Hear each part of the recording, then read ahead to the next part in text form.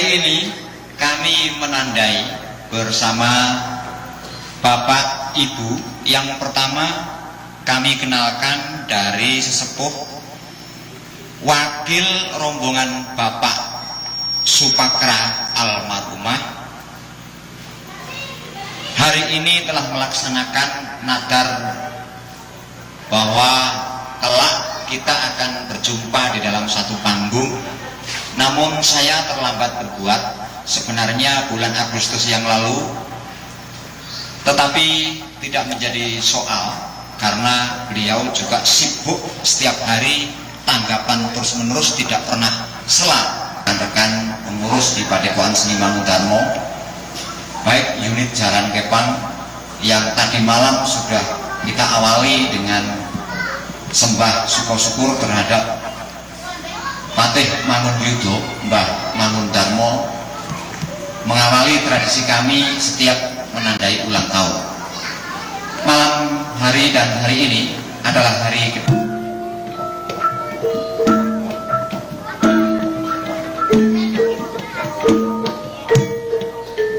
Bapak dalang reka treta sing waspada yanda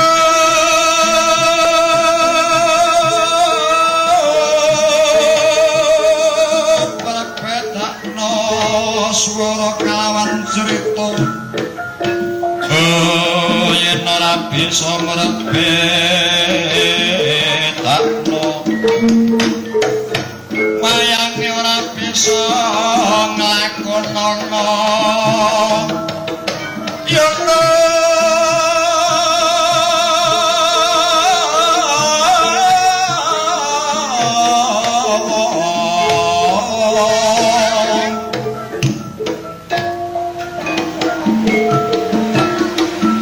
amit-amit pasang kalimat tabik dumawah ing tawang tuang yono Gusti kula kang mrembeng tumati yana sukma kawekas mugyara ya ngono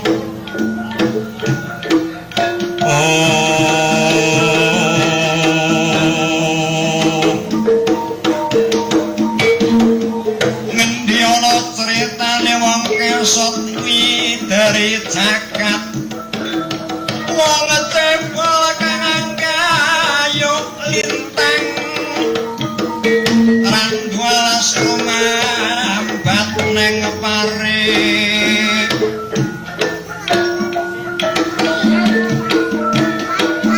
oleh ana ing marga sunya kaya wong goleki tapake kuntulang layang yono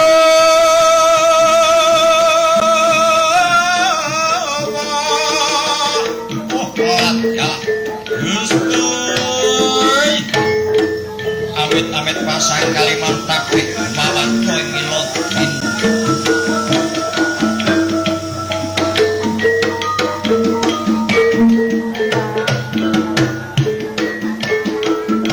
yono kakane pangurang gandeng nganti kecer sira galenteran aja kurang panutuke gong kempul mos kumandul yono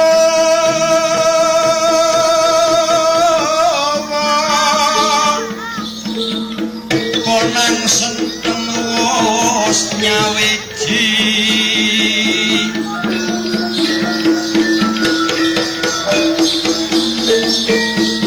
kakang yoga kumpulna kang ponang gending rama-rama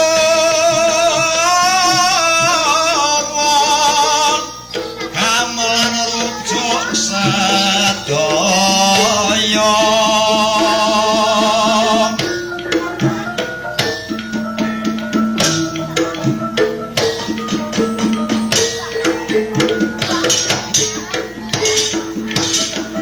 tejo tejo tejo ning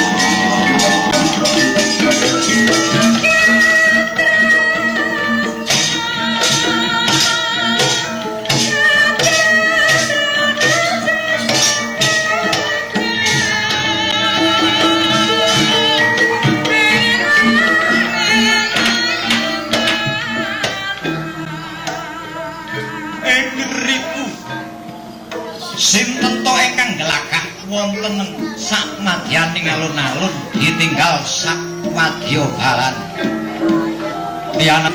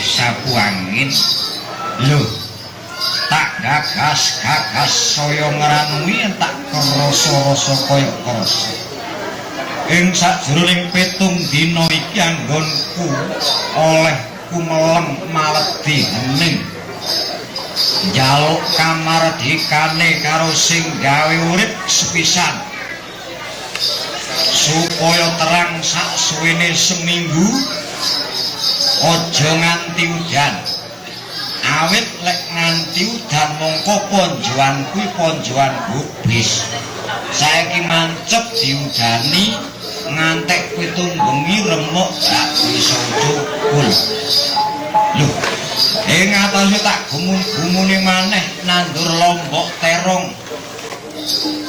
mongko kurang pametune hitungane dina wis tepak tiba mbok Sri Rejeki kalah tejo selaksana tejane kang nembe prato wengking endi dongko ngarep sapa kang dadi dosa namaning satri ngatur sejolan gono sleng pati caiting netra lakring marduri yen sapira wong menembat ini pun mani mlebu ning pertapan Gendali Soto gawe wopo ngaku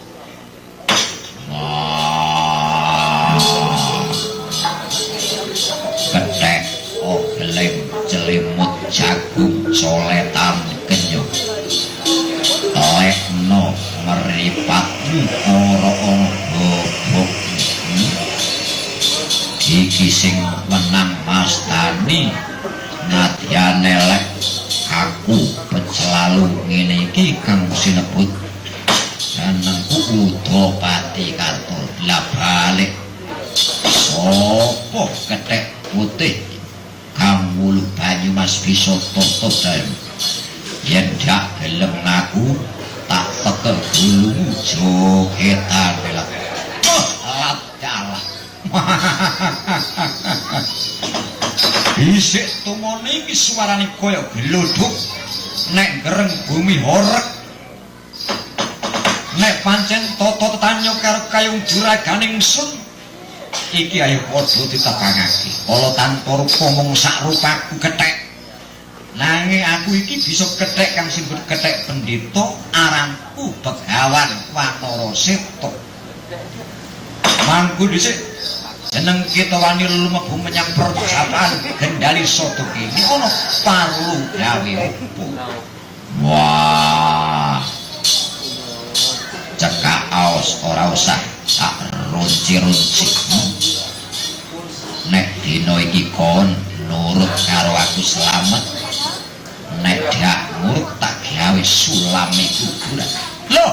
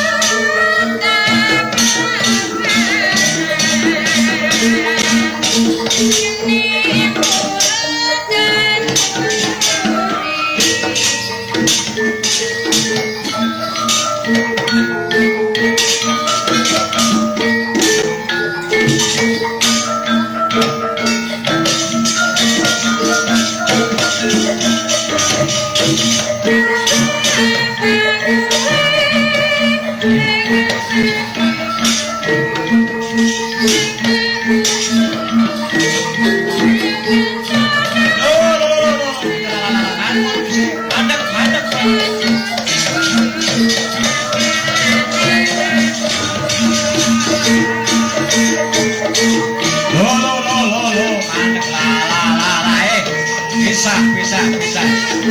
Oh,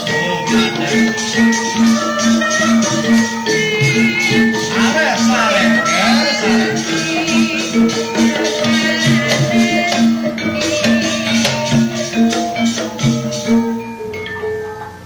Lo kecekelik Bapak Prong. Adeng cilik kula dumunung ana ing Sorngata yen dijuplotati prakara. Alah, mandek. Lah iki ana satriya padha perwirane padha digdayane padha kuasane. Lah kok rebut balung kang tanpa isi. Lalek ana ketadian mati salah siji. Jagat iki godhang. Menungso kang kena kanggo jagoning dewa iki kurang. Ger Utawati. Wah, pendek bapak ojo dihalang-halangi ta baterane sudeti waduke ben merodol wadhe berkat. Sabdo kethek ora mrangkota. Wah, najan aku ya wani. Anggep mopo kowe teko-teko ora tak undang ana ing pertepokan kowe arep ngalang-alangi. Wah, wis Pak. Ger, iki kok tati apa? Mandek, sabar ya, Pak. Sabar. Yen wong sabar iku kaya dening selembar godhonge kala sabar sawatara. Ana rembug dirembug, ana pakar dieling-eling. Ayo padha diitung yen ento duwe lelabuhan kang durung jumathoke ngati aja mung nuruti hargane alam supiyah.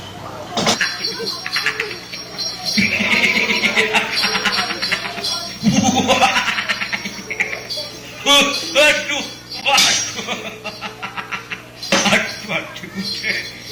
Aku melok luwe mergo kakehan guyu. Pirang-pirang dina gak bisa guyu. Mergane aku gak bisa turu. Wong arep turu kan ngene kabeh. Tinggali para tamu. Yuk.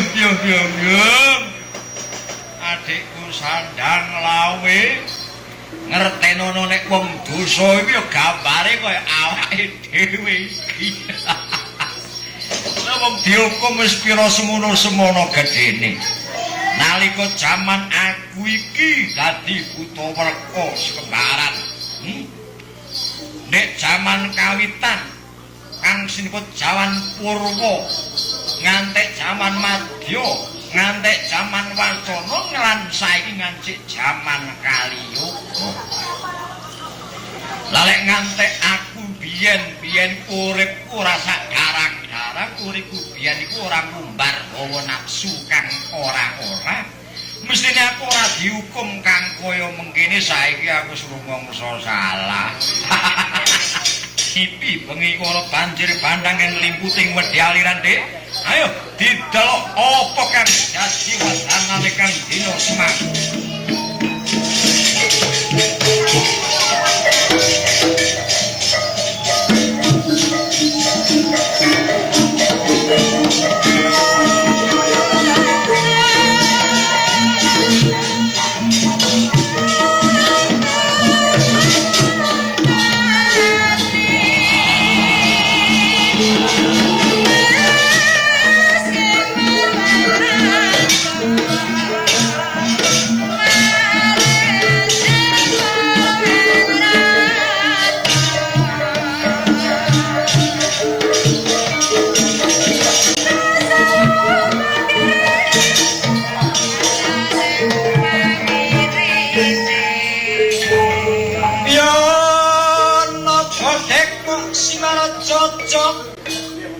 Mang malang jembar Seno Bayu Suta Gandruwa Pantalima.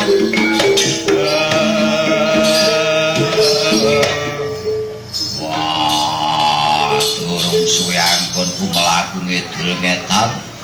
Iki ana genderuwa tetekan. Sing siji mangap kaya guwa Cilungan. Lah iki genderuwo siji iki kok kaya bolos jongkung. Wong dhuwur ana jomak ngino ambek awake rek. Elek-elek iki ngono biyen tau dadi wong lanang aku iki. Ngantek saiki isih dadi lanang. Lah lek wong dhuwur gedene sakmono ngenyek karo awake rek. Lah kon arepe njauk tak kertas ya olomong soa. Kocang le komerena tak kocang le komere kosong kena matewu komere kosong aku sampe meke kacong yo ngakonon le ngalak nyaruan kome botol le ngalak beda dudale ate penuh takaruan empoen katunggu la la la la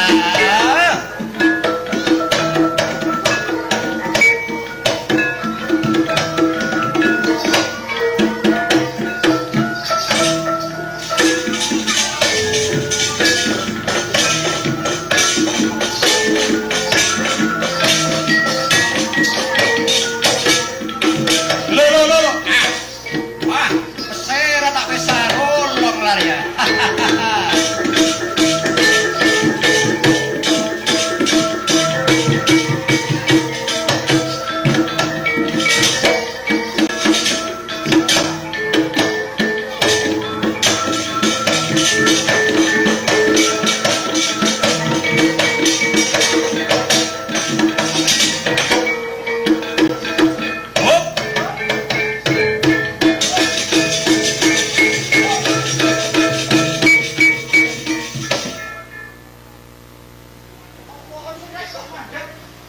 Arapa kak?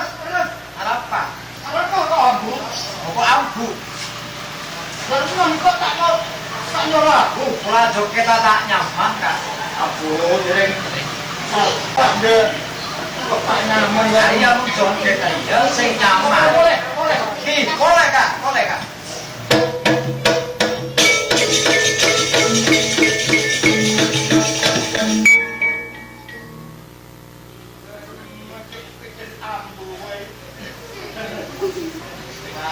Awon sing alus ta ya sing joget sing radin. Lem kalem ta ya. Ayo Kak warna ki lemes Kak. Engkis tanda tendaria menteri tanah begelang. Engki Kak. Nyala. Sing alus. Gendeng apa?